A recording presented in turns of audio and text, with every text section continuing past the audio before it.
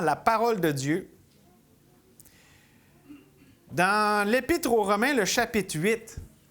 Si vous voulez vous joindre avec moi, je cherche le Seigneur pour le dimanche après-midi. On a notre frère qui va amener une fois par mois les messages le dernier dimanche du mois, donc dimanche prochain. Ça va être frère. Vous pouvez prier pour lui, que Dieu le dirige, la langue française et tout ça, pour qu'il s'habitue aussi de plus en plus à amener la parole de Dieu en français, puis de façon régulière. Puis ça va même augmenter, là. On commence comme ça, mais déjà, il le faisait un peu avant, mais on continue pour 2024. Puis pour moi, je cherche la direction du Seigneur pour ce que Dieu veut qu'on considère ensemble dans sa parole le dimanche après-midi. J'ai certaines choses sur lesquelles je prie. J'ai pas encore une paix, là, boum, tu sais, comme OK, c'est ça que le Seigneur veut. Mais le Seigneur va diriger. J'ai 2 dimanches, parce que dimanche prochain, c'est Frère Côte. L'autre d'après, c'est le repas du Seigneur. Fait que c'est ça. Amen. Romains 8. J'ai-tu dit Romains 8? Vous êtes là? Good. La semaine passée, on a vu les versets 18 à 27. Là, on va voir 28 jusqu'à la fin. Et je veux qu'on prenne le temps de le lire au complet, parce qu'après ça, on va regarder verset par verset, mais je veux qu'on se donne la saveur au complet de la culmination de la révélation de l'Épître aux Romains. Et j'irais jusqu'à dire de l'histoire rédemptrice. Tout est là. C'est comme les plus grandes et les plus précieuses promesses. C'est là. OK? C'est pas les seules, là, comprenez, mais dans le corps du développement de Romains, c'est le mont Everest. C'est le sommet. Là, aujourd'hui, là, on met les pieds sur le top de la montagne. OK? Vous êtes là, Romains 8, 28? Nous savons du reste que toute chose concourt au bien de ceux qui aiment Dieu, de ceux qui sont appelés selon son dessein. Car ceux qu'il a connus d'avance, il les a aussi prédestinés à être semblables à l'image de son Fils, afin que son Fils soit le premier-né de beaucoup de frères. Et ceux qu'il a prédestinés, il les a aussi appelés, et ceux qu'il a appelés, il les a aussi justifiés, et ceux qu'il a justifiés, il les a aussi glorifiés. Que dirons-nous donc à l'égard de ces choses? Si Dieu est pour nous, qui sera contre nous? Lui qui n'a point épargné son Fils, mais qui l'a livré pour nous tous, comment ne nous donnera-t-il pas aussi toutes choses avec lui? Qui accusera les élus de Dieu? C'est Dieu qui justifie. Qui les condamnera? Christ est mort, bien plus. Il est ressuscité, il est à la droite de Dieu et il intercède pour nous. Qui nous séparera de l'amour de Christ? Sera-ce la tribulation, ou l'angoisse, ou la persécution, ou la faim, ou la nudité, ou le péril, ou l'épée, selon qu'il est écrit, c'est à cause de toi qu'on nous met à mort tout le jour, qu'on nous regarde comme des brebis destinées à la boucherie. Mais dans toutes ces choses, nous sommes plus que vainqueurs par celui qui nous a aimés. Car j'ai l'assurance que ni la mort, ni la vie, ni les anges, ni les dominations, ni les choses présentes, ni les choses à venir, ni les puissances, ni la hauteur, ni la profondeur, ni aucune autre créature ne pourra nous séparer de l'amour de Dieu manifesté en Jésus-Christ, notre Seigneur. Ces versets sont connus, bien connus. Il y en a que c'est vraiment comme, par exemple, verset 18. C'est un verset qui est affiché sur les murs. Sont familiers, mais j'espère qu'ils ne vont jamais devenir ordinaires ou communs. Parce qu'ils sont extraordinaires, hors du commun. Et ils doivent toujours garder cette fraîcheur, cette puissance dans nos vies, parce que c'est l'apogée vraiment de la révélation dans Romains et de l'assurance que Dieu donne. Tu sais, on n'est pas trop certain, on peut être chancelant. Si on va là, ça va nous ancrer solidement, inébranlable, dans les promesses de la révélation de Dieu et son plan rédempteur merveilleux. En fait, ce qu'on considère aujourd'hui, c'est la conclusion ineffable des chrétiens en sécurité. Quand on regarde tout ce qu'on a en Jésus-Christ, ce qu'on est, on arrive à cette conclusion ineffable, ça dépasse les mots d'un chrétien qui est en sécurité, en Jésus, en lui. Donc, on va voir ensemble avec ce texte-là 3 glorieuses conclusions à tirer des versets qu'on vient de lire. D'abord, au verset 28, on a la glorieuse conviction du chrétien concernant toutes choses. Nous savons du reste que toutes choses. Toutes choses concourent au bien de ceux qui aiment Dieu, de ceux qui sont appelés selon son dessein. Les premiers mots, nous savons. Nous sommes convaincus. Nous ne sommes pas chancelants. On est solide sur le fait que toute chose qui arrive dans la vie d'un enfant de Dieu, c'est pour son bien. Tout ce qui lui arrive, c'est pour son ultime bien, ou pour le dire autrement peut-être, son bonheur. C'est la bénédiction du Seigneur. Tout ce que Dieu fait concourir dans la vie d'un enfant de Dieu, c'est parce que ça fait partie de la bénédiction de sa rédemption, de la vie avec Jésus-Christ. Et ça, mes amis, ça nous distingue de tout le reste du monde qui souffre sans espérance. Parce qu'on le voit, le chapitre 8, ce n'est pas un chapitre idéaliste qui veut renier les difficultés du monde. Non, non, ça parle de la lutte avec le péché, la souffrance dans ce monde. Puis, OK, on l'a vu ensemble dans le chapitre 8.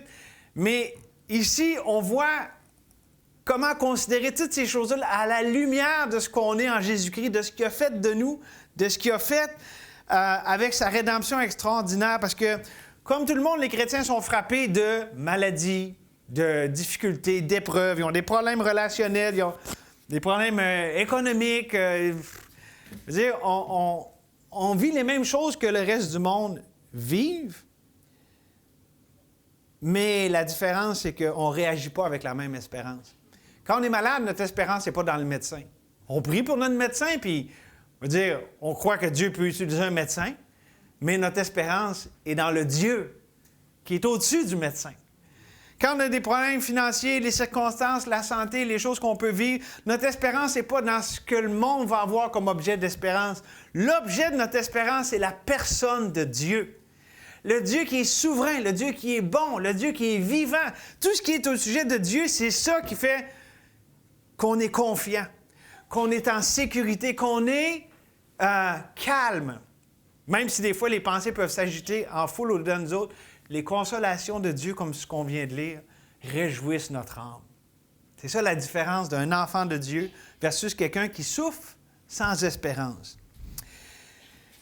Et cette conviction-là, c'est quelque chose que Dieu veut travailler dans notre cœur. Est-ce que, en ce moment, ce que tu vois, ce que tu vis, tu le vois à travers le spectre du Dieu qui les permet dans ta vie? C'est Dieu qui les fait concourir, c'est Dieu qui les orchestre. Le mal comme le bien, ce qui est agréable comme ce qui est désagréable, ça vient de Dieu dans sa sagesse, dans son amour. C'est pas comme si Dieu dit « Oups, là, j'ai échappé celle-là, j'espère qu'il va passer au travers correct. » Puis Dieu, il n'est pas surpris, puis c'est pas comme « Oups, j'ai pas fait exprès. » Il n'y a pas d'accident avec Dieu. Tout est sous son contrôle. Il n'y a pas de panique dans son cœur avec ce qui nous arrive. Nous, on peut paniquer, mais lui, il n'est pas du tout pris au dépourvu. Non seulement avec ce qui nous arrive, mais même la prochaine épreuve, la chose qui peut être en avant de nous autres. Et ça, je dirais que lorsqu'on est imbibé de cette vérité, ça nous calme, ça nous donne la paix, ça nous donne même la joie. Pas parce que la circonstance a changé, mais parce que le Dieu qui est dans ces circonstances, lui, ne change pas. Parce que c'est ça notre angle. Dieu est inchangeable. Il dit, l'Éternel, ça dit dans Malachie 3,6, « Je suis l'Éternel, je ne change pas. » Jésus-Christ est le même hier, aujourd'hui, éternellement. Dieu est immuable, inchangeable. Il est toujours le même, toujours fidèle, toujours bon, toujours vrai. Il ne veut jamais nous faire quelque chose qui va nous faire du mal. C'est ça ici l'idée de la conviction derrière toute chose concourt au bien de ceux qui aiment Dieu. Ici, c'est une conclusion après tout ce qui a été dit, là, parce que l'Esprit intercède. On vous rappelle la semaine passée le contexte de la souffrance, puis la création, nous, puis même le Saint-Esprit, on soupire tous après la rédemption, parce qu'on est encore pris dans un monde tout brisé. Mais on sait que même dans ce monde tout brisé, Dieu transforme le mal en bien. Il prend toutes les affaires de ce monde tout scrapoute, puis il fait quelque chose de beau avec. C'est une mosaïque. C'est une œuvre d'art. Donc, la première conclusion profonde du cœur ici, c'est que face aux luttes intérieures, aux souffrances extérieures, que ces choses font partie d'un dessein bienfaisant, d'un plan. Il y a quelqu'un derrière. C'est pas n'importe qui, c'est le Dieu bienveillant. OK? Ça fait du bien. Déjà, là, c'est pour ça que je vous dis, là, on n'est pas loin du sommet. Là. On arrive, là, mais ça commence à sentir pas mal le triomphe. Et maintenant, on peut se demander, ouais, mais là, c'est quoi cet appel? C'est quoi ce bien ultime? Bon, on a la réponse dans les versets 29 à 30. C'est le glorieux but de Dieu avec ses enfants. Verset 29, « Car ceux qu'il a connus d'avance, il les a aussi prédestinés à être semblables à l'image de son Fils, afin que le Fils soit le premier-né de beaucoup de frères. Et ceux qu'il a prédestinés, il les a aussi appelés. Ceux qu'il a appelés, il les a justifiés. Ceux qu'il a justifiés, il les a aussi glorifiés. » Je veux qu'on voit ici deux choses bien importantes. D'abord, il y a des mots là-dedans. J'espère que les mots, quand vous les entendez, ça ne vous rend pas inconfortable. Préscience, prédestination. Ah non, je ne peux pas comprendre ça. Puis c'est quoi ça veut dire? Puis non, laissez pas vos raisonnements humains de là, ça veut dire quoi? Puis laissez pas les raisonnements vous dérober de la beauté de ces choses.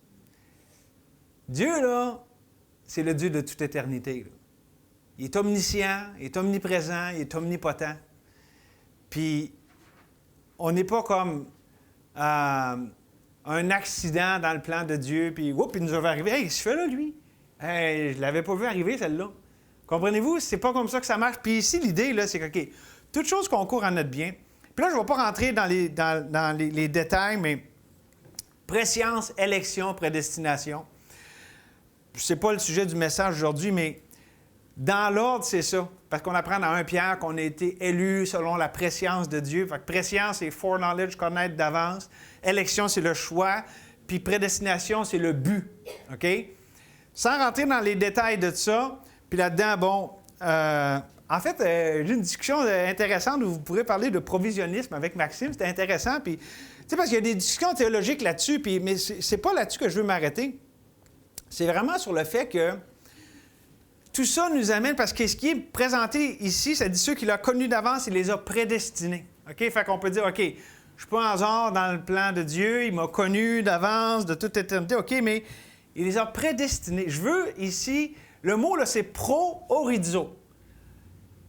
C'est-à-dire horizon, là, c'est comme, il a délimité l'horizon, la limite, la frontière à l'avance. OK? Puis c'est quoi cette frontière? Dieu nous a connus de toute éternité dans ses desseins éternels et insondables. Il nous a prédestinés à être semblables à l'image de son Fils. Autrement dit, OK, c'est dur de retracer jusqu'en arrière tous les plans éternels de Dieu, mais le but ici qu'il nous donne, là, c'est qu'il veut, le but ultime, là, l'horizon final, quand on regarde au loin, c'est d'être comme Jésus. Ça, c'est le point majeur de ce qui est enseigné ici, c'est-à-dire, Dieu, il a un but avec nous. Il ne nous a pas juste sauvés pour nous donner un ticket au ciel, pour nous donner une vie heureuse ici sur terre. Non, le but du salut est christocentrique. Jésus, c'est le premier-né, ça dit, c'est à la fin ici, afin que le Fils soit le premier-né de beaucoup de frères. Donc, Jésus, c'est l'archétype, c'est le modèle parfait, si je peux dire, là. C'est la perfection, puis Dieu nous amène à être semblables à lui. Puis ça nous aide dans ce sens-ci. Le but glorieux de ce qu'on vit. Quand il nous arrive quelque chose, là, Dieu il a un but précis par rapport à ça. Puis ça va nous aider à passer à travers ce qu'on passe. Dieu veut former Christ en nous. Il veut que le caractère, l'esprit, la beauté de Christ soit manifestée à travers nous autres. Fait qu'il nous envoie des épreuves, il nous envoie des bénédictions, il nous envoie ce que lui a décidé de nous envoyer parce qu'il veut que Jésus soit manifesté à travers nous. Pour le dire dans d'autres mots, la mort travaille en nous afin que la vie de Jésus soit manifestée à travers nous. Dieu nous envoie des choses, puis là, ça nous travaille. C'est la communion des souffrances de Christ. C'est comme Jésus est venu dans ce monde, il était un homme de douleur accoutumé à la souffrance. OK? C'est dur dans ce monde-ci. Jésus est venu dans un monde dur et hostile. On a peur à ça parce que Dieu veut nous rendre comme son Fils bien-aimé. C'est ça le but. Fait que, tu sais, quand on dit, là, toute chose concourt au bien de ceux qui aiment Dieu, bien, le bien là, suprême d'un enfant de Dieu, c'est pas qu'il soit plus malade, c'est pas qu'il ait tout l'argent qu'il a besoin dans son compte en banque, puis je pense pas que besoin, là, c'est très élastique comme notion, là. Mais ce n'est pas les choses qu'on pourrait penser humainement. Le bien suprême d'un enfant de Dieu, c'est d'être comme Jésus. Fait que quand il nous arrive des choses, pour donner des exemples concrets, Dieu veut travailler la patience de Christ dans mon cœur. Quand je suis éprouvé par un frère, une sœur tannante qui vient me chercher du mauvais bord, Dieu veut manifester l'amour de Christ à travers ça. Quand j'ai peur avec les circonstances, l'anxiété, Dieu veut que Christ, ma paix, soit manifestée à travers. Voyez-vous, il y a un but, c'est personnel, c'est tout. Christ qui est la manifestation complète de Dieu, c'est ça qui fait que, gars, là, je vois ce que Dieu est en train, il veut manifester la personne de Jésus, son œuvre dans ma vie. Ce n'est pas au hasard, c'est très précis. Toute chose concourt au bien de ceux qui aiment Dieu, c'est quoi le but? C'est Jésus. C'est d'être comme Jésus. OK? Puis c'est pas une conformité extérieure, c'est l'œuvre intérieure du Saint-Esprit qui porte le fruit. C'est pas comme si, ah là, je vais essayer d'être comme Jésus, là, parce que là, c'est ça que ça dit là. Non, c'est le fruit de la foi, l'humilité dans notre Seigneur, puis ça va produire comme fruit qu'on va être, on va être de plus en plus semblable à l'image de son Fils. Puis d'ailleurs, ceux qui prennent des notes, il y a une référence parallèle dans 2 Corinthiens chapitre 3, verset 18, sur ce processus de sanctification de plus en plus à l'image de Christ. 2 Corinthiens 3, on peut commencer au verset 17. « Or, le Seigneur, c'est l'Esprit. » Beau verset sur la divinité de Jésus, de l'Esprit. « Et là où est l'Esprit du Seigneur, là est la liberté. » Regardez verset 18. « Nous tous, dont le visage découvert, 2 Corinthiens 3, 18, dont le visage découvert reflète la gloire du Seigneur, nous sommes transformés en la même image. » L'image de Jésus. De gloire en gloire par l'Esprit du Seigneur.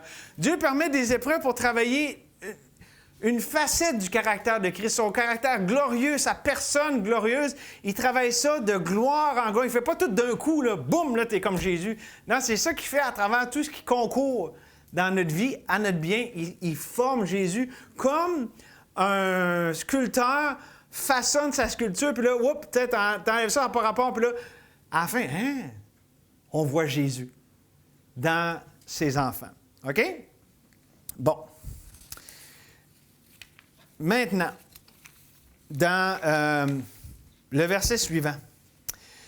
Parce que là, on peut penser au présent. OK, Jésus travaille, Dieu travaille pour me former à l'image de Jésus avec ce qui m'arrive en ce moment, dans le présent. Puis bon, on peut dire le passé aussi, là, parce que Dieu a commencé ça au moment qu'on a été sauvés. Mais verset 30, ceux qu'il a prédestinés, il les a aussi appelés. Ceux qu'il a appelés, il les a aussi justifiés. Ceux qu'il a justifiés, il les a aussi glorifiés. Il y a une séquence ici d'événements. Du passé au moment du salut, le salut, la justification. Mais ce qui est intéressant, c'est que, tu sais, justifié, c'est une expression quand on est sauvé, là, on est justifié par la foi, là, on est revêtu de la justice de Christ, quand on a reçu la justice de Dieu en Jésus-Christ. On est d'accord, OK, c'est tout au passé, cette affaire-là, n'est-ce pas? Tu sais, si on est sauvé, là, on a été appelé, on a été justifié, OK, c'est beau, c'est fait. Mais dans le verset, comment ça finit? Ceux qu'il a glorifiés. Savez-vous qu'on est déjà glorifiés selon ce verset-là? Puis on peut dire, bien là, il me semble que... Oui, parce qu'on est assis dans les lieux célestes. On est en Jésus-Christ. La pleine rédemption, on l'a déjà, mais on en a, comme on a vu la semaine passée, nos corps sont un peu retardataires. Nos corps sont encore asservis, sont encore sous l'esclavage de la servitude de la corruption. OK? Mais au point de vue de Dieu, pour lui, c'est déjà tout réglé. Là. On est déjà dans la gloire, puis tout ça, puis on n'en a pas. On a les arts de l'Esprit, la mise de fond du Saint-Esprit. On est scellé par l'Esprit de promesse. C'est le gage qui nous est donné en attendant. Mais la pleine rédemption, on ne l'a pas encore, mais aux yeux de Dieu, c'est tout réglé, là. C'est pas, ouais, j'espère qu'il va... C'est un beau verset sur l'assurance du salut, sur le fait que le salut, là, c'est quelque chose de complet. C'est pas, hey, j'espère que lui, il va se rendre jusqu'à la fin. Sans, il y a un peu de misère, puis... Et lui, c'est par la peau des dents. Il n'y a pas d'affaire de même dans une vie chrétienne, là.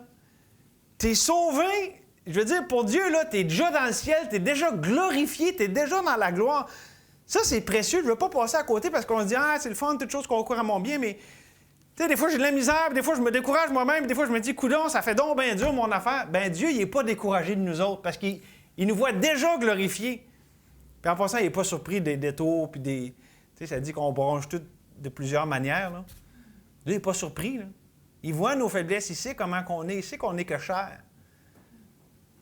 Donc, c'est très rassurant, ces versets-là. En tout cas, pour moi, là. Je peux-tu avoir un amen? Amen? Ah, good. Les Américains disent « Can I have a amen? Amen. » Mais là, on a dit « Amen. » Elle n'est pas là, la petite. À un moment donné, elle avait dit « Amen », elle, la petite. Ouais. À un moment donné, elle avait sorti un, je ne me rappelle plus c'était quand, là. Elle avait sorti un « Amen », la petite Lydia. OK. Donc ça, c'est vraiment extraordinaire. C'est une conviction que le Seigneur travaille dans nos cœurs. On peut dire, c'est ça, par rapport à toute chose qui concourt à notre bien, le but, ce qui est pour notre bien, c'est d'être comme Jésus, puis ça m'amène à la glorieuse espérance des chrétiens en sécurité. C'est les derniers versets 31 à 39 qu'on va passer quand même assez rapidement. Mais on les a lus, mais on va les regarder un par un. Comprenez bien ici là, que quand on parle d'espérance, là, bibliquement, là, c'est pas « j'espère que ça va arriver » comme « il y a 50 des chances que ça arrive, 50 que ça n'arrive pas ». Non. L'espérance biblique, c'est une ferme attente de ce qu'on sait qui va arriver. C'est que c'est pas arrivé, on l'attend dans ce sens-là qu'on l'espère, mais c'est pas « on espère que ça va arriver, puis ça va peut-être pas arriver ». Là. C'est certain que ça va arriver, c'est juste que c'est pas encore arrivé. C'est ça le sens d'espérance biblique. Il n'y a pas une question de « ça va-tu arriver ». C'est plus une question « c'est pas encore arrivé ».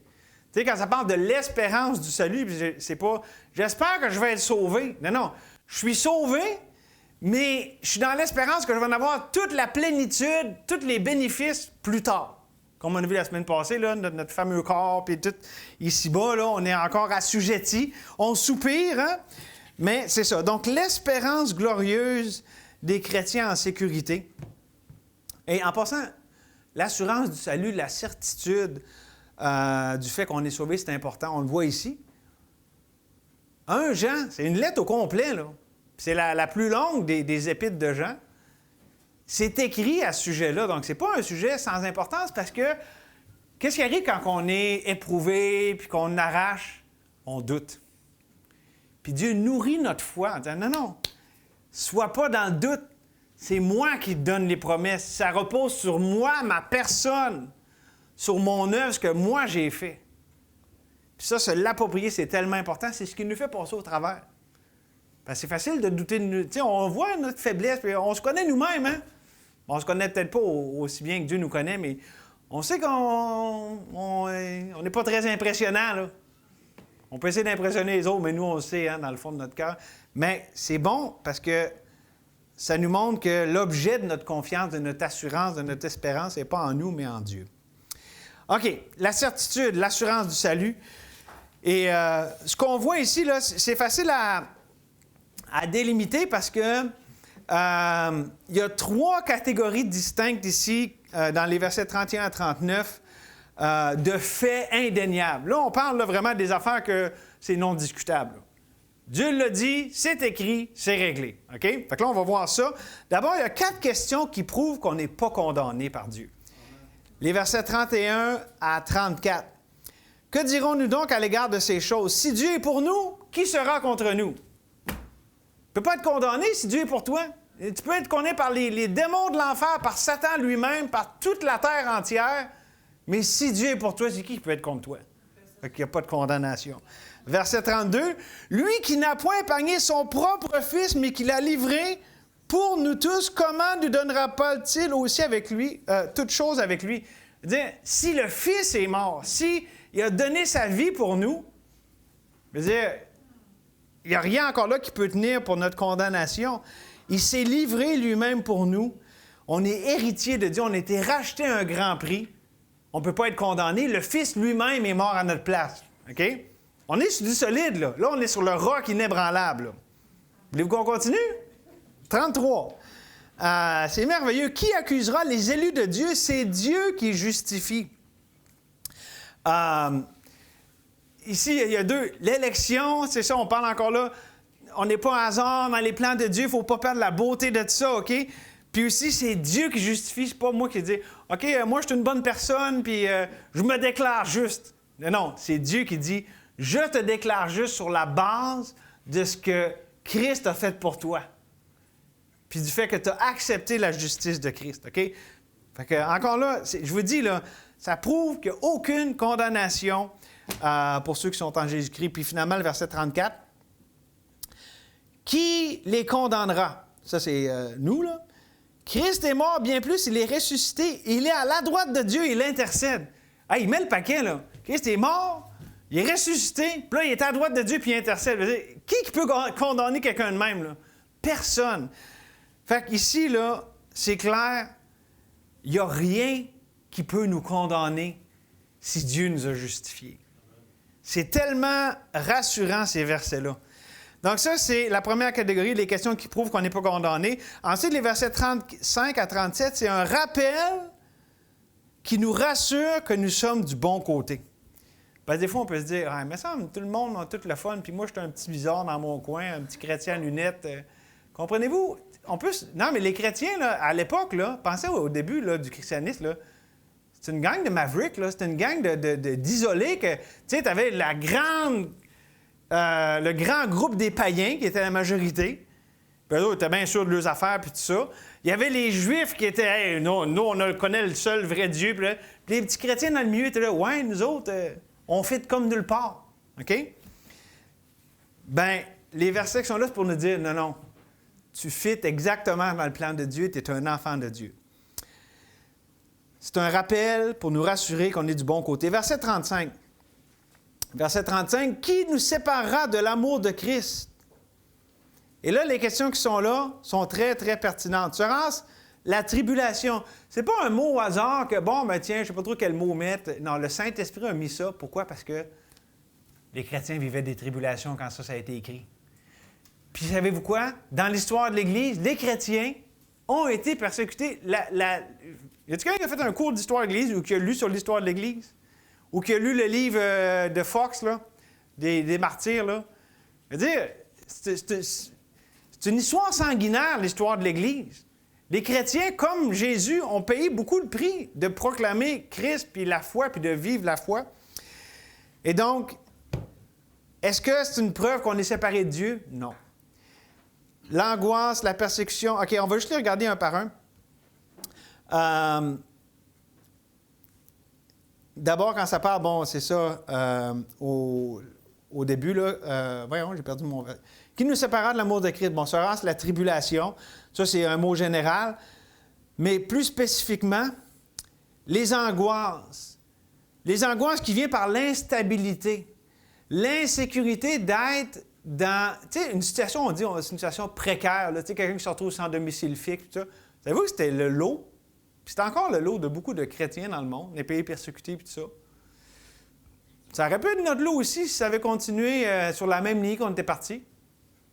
Hey, les gens perdaient leur emploi, puis bon, c'était pas à cause qu'ils étaient chrétiens, mais beaucoup, c'était à cause qu'ils étaient chrétiens qui refusaient d'embarquer dans le... OK? Ça parle ensuite de persécution. OK?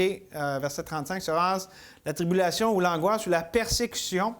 La persécution, ça peut être autant, tu sais, la persécution physique, verbale, tu sais, sociale, être mis au banc de la société.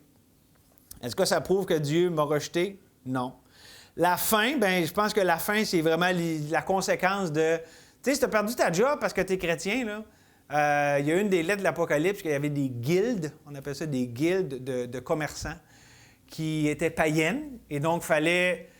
Comme commerçant, pour être dans la guilde, c'est comme une association de commerçants. Tu sais, il y a ça, là, des fois, dans le Vieux-Québec, les commerçants du Vieux-Québec ou de la rue Cartier, mettons, ils s'associent ensemble. Bien, il y avait ça à l'époque.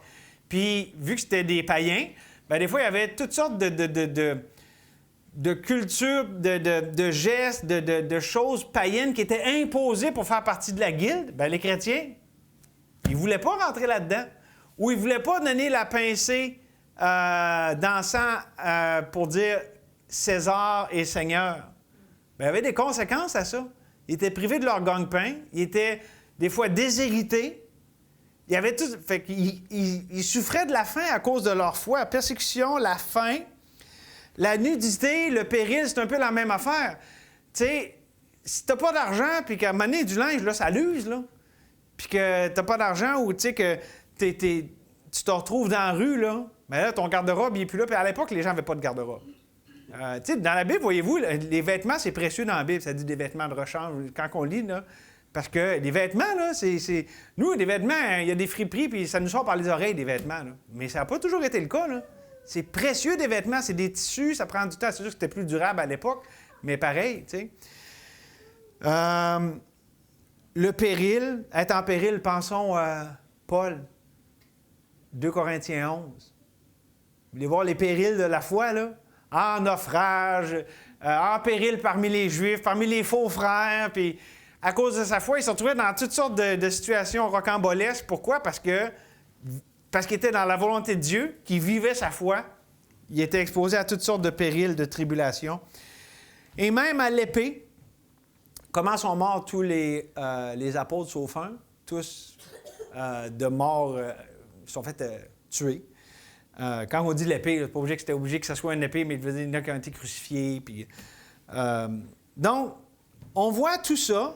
Ce qu'il faut voir ici, c'est que comment ils ont été traités comme des malfrats, comme des criminels, comme des méchants, comme les gens dont la société fait bien de se débarrasser, en aucun cas, d'aucune manière, ça prouve qu'ils étaient du mauvais côté. C'est l'inverse. C'est parce qu'ils étaient enfants de Dieu, c'est parce qu'ils n'étaient pas de ce monde.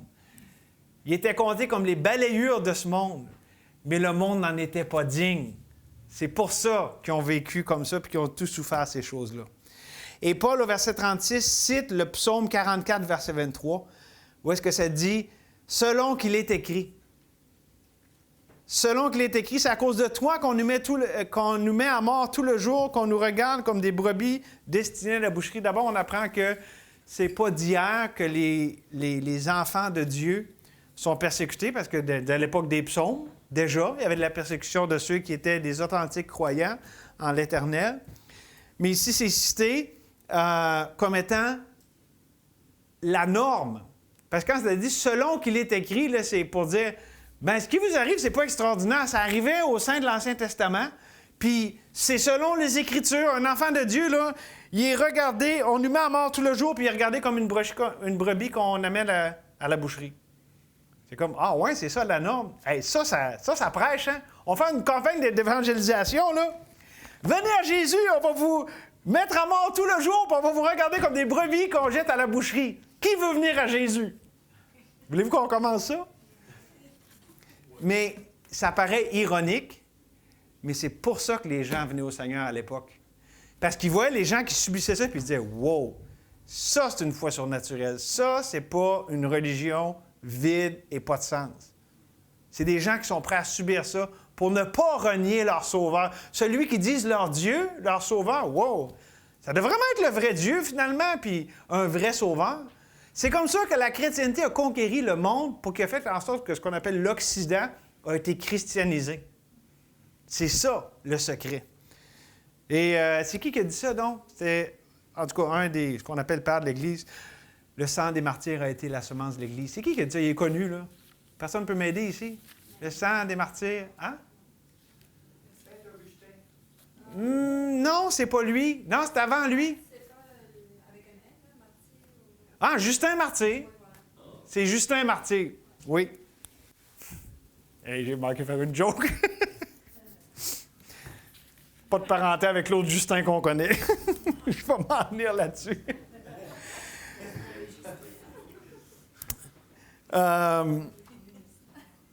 OK.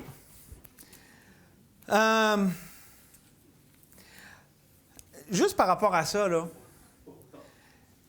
les enfants de Dieu, on ne devrait pas se surprendre d'être persécutés, de ne pas être populaires. Parce que ça dit que ceux qui veulent vivre en Jésus-Christ, pieusement en Jésus-Christ, seront persécutés. Une belle promesse de la parole, hein? Hey, OK, on va prêcher avec ce verset-là, puis on va dire, maintenant, là, si vous donnez votre vie à Jésus, là, vous allez être persécutés. Hey, moi, je pense qu'on va être populaire, on va faire fureur. Mais le pire, là, c'est que c'est ça le paradoxe. La vie chrétienne, ça n'a pas de bon sens. Savez-vous quoi? Les gens n'avaient pas peur de le vivre, de le proclamer, puis les gens venaient au Seigneur par centaines. Ça, c'est pas la sagesse humaine. Bien, justement, c'est ça. L'œuvre de Dieu, là, il n'y a rien de naturel et d'humain là-dedans. C'est surnaturel, c'est surhumain, c'est divin. Puis remarquez le verset 37 ici. « Mais dans toutes ces choses, nous sommes plus que vainqueurs par celui qui nous a aimés. » Les chrétiens sont plus que vainqueurs parce que celui qui nous a aimés, c'est celui qui fait tout concourir en notre bien, c'est celui qui nous donne toutes ces promesses-là. C'est par une personne qu'on n'est plus que vainqueur. Pas parce qu'on est spécial, c'est pas parce qu'on est fort. C'est que dans notre faiblesse, on a celui qui est plus que vainqueur. On n'est plus que vainqueur par celui qui a vaincu tous ses ennemis. N'est-ce pas merveilleux? C'est extraordinaire. Et c'est triomphal, je dirais. Mais là, on va voir, ça termine là. Là, vraiment, on avait un pied sur le top, là, on met le deuxième pied là, sur la cime. Là, on est au sommet, puis on fait des babayes à tout le monde. Les 10 négations qui prouvent qu'on ne peut pas, et qu'on n'est pas et qu'on ne peut pas être séparé de Dieu. C'est des choses que ça nie ce qui pourrait venir entre nous et Dieu, finalement. Les versets 38 et 39. L'idée ici, là, avant qu'on les lise, c'est que Paul exprime ici l'idée qu'il n'y a rien, on a l'assurance, on a la conviction qu'il n'y a rien qui serait capable de nous séparer. Tu sais que, mettons, dans les 10 affaires-là, quelqu'un veut essayer de nous séparer de l'amour de Dieu, là, essaye-toi, mon grand, ça ne va pas marcher. Il n'y a rien qui est capable de nous séparer de l'amour de Dieu. On le lit, OK? Verset 38, « Car j'ai l'assurance que... » OK, première chose, ni la mort. Si on meurt, est-ce qu'on va être séparé de Dieu? Non, on va rencontrer Dieu par la mort. OK? En fait, ceux qui croient ne vont pas voir la mort, ils ne vont pas voir la séparation avec Dieu, ils vont aller directement dans la présence de Dieu. Ni la mort, ni la vie, tu sais, les choses dans cette vie, ce que je peux vivre, OK?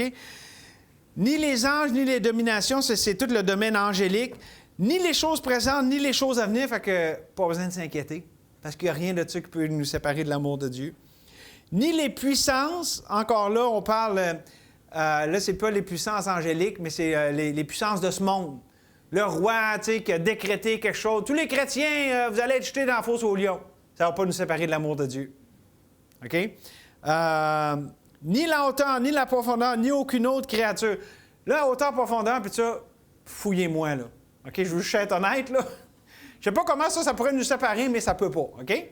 Tant que quand tu montes très haut dans une échelle puis tu tombes sur la tête en bas, ça ne peut pas te séparer de l'amour de Dieu. Non, je ne sais pas ce que ça veut dire. Je ne sais pas pourquoi il dit autant. Tu sais, c'est des dimensions, là. Peut-être comme dans le psaume, tu sais, que même s'il va dans le fond de l'océan, mais il est encore. OK, dans le sens de toutes les places, tu sais, au plus haut sommet jusqu'aux plus profonds abîmes.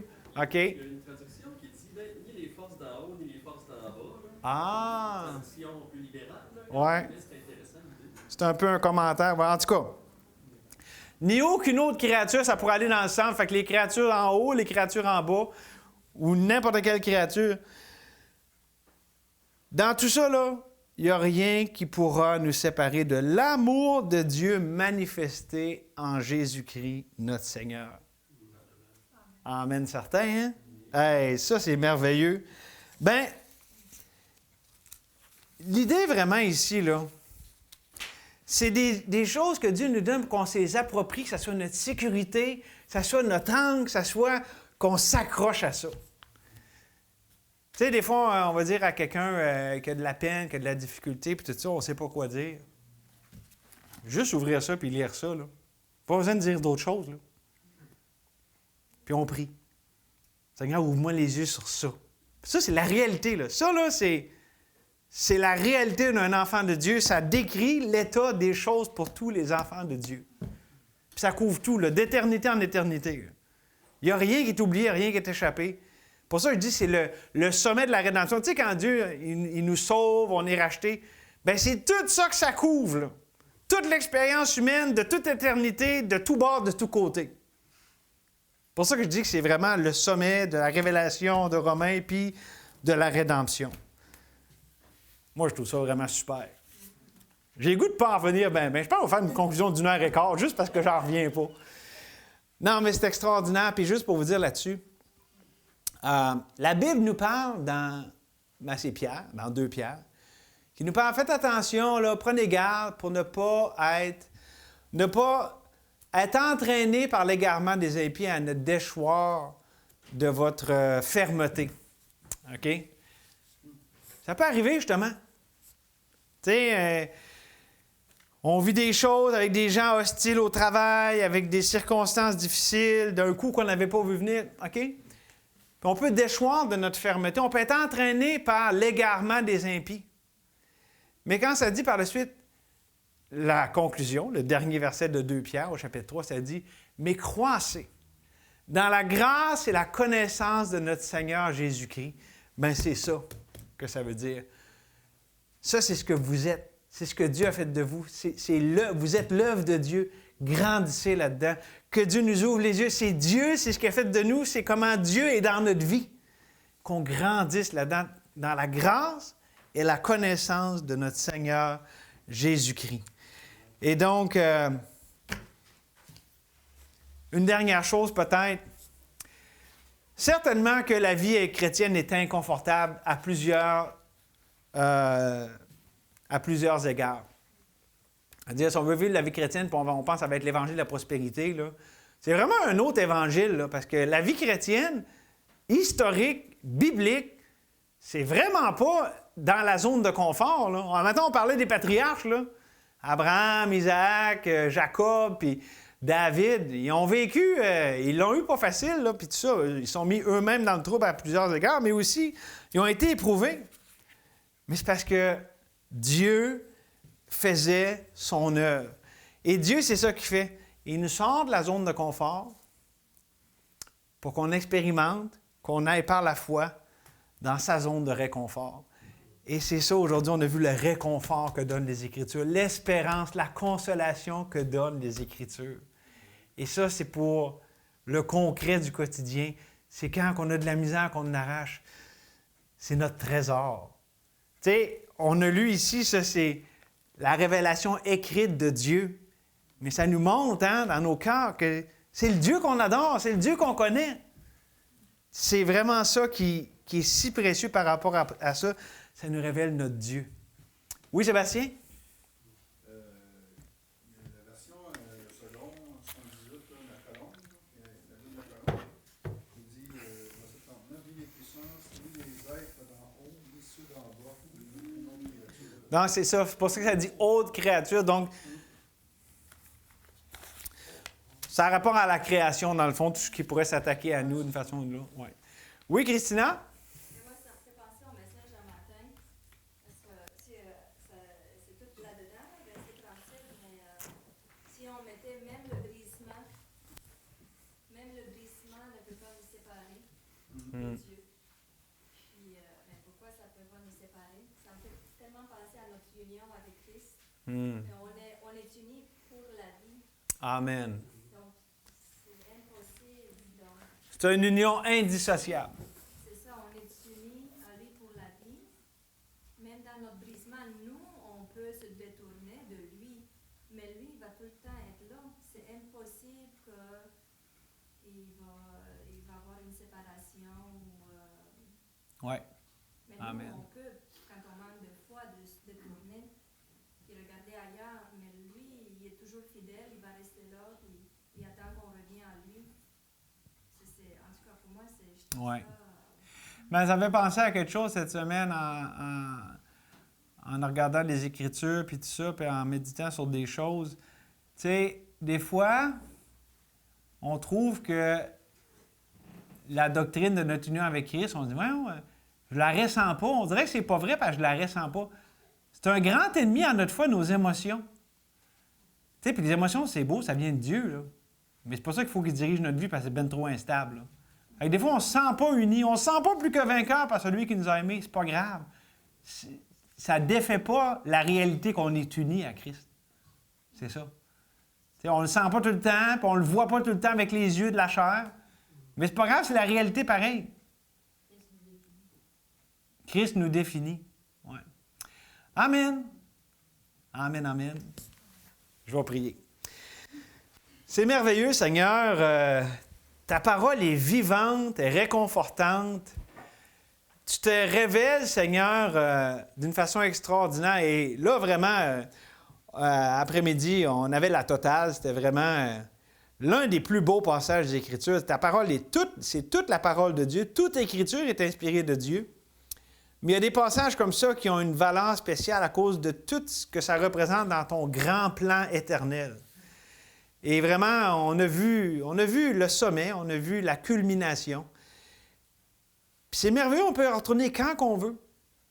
On peut chérir ces choses dans notre cœur comme un trésor parce que c'est la vérité.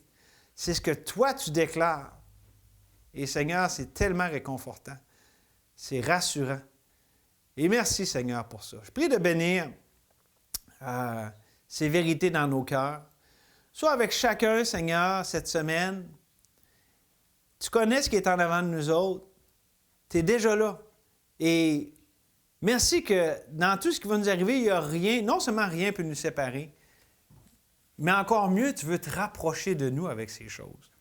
N'importe quoi qui nous arrive, tu les envoies pour te rapprocher de nous, pour te révéler à nos cœurs, pour nous montrer qui tu es. Oh, merci pour ça, Seigneur. Au nom de Jésus. Amen.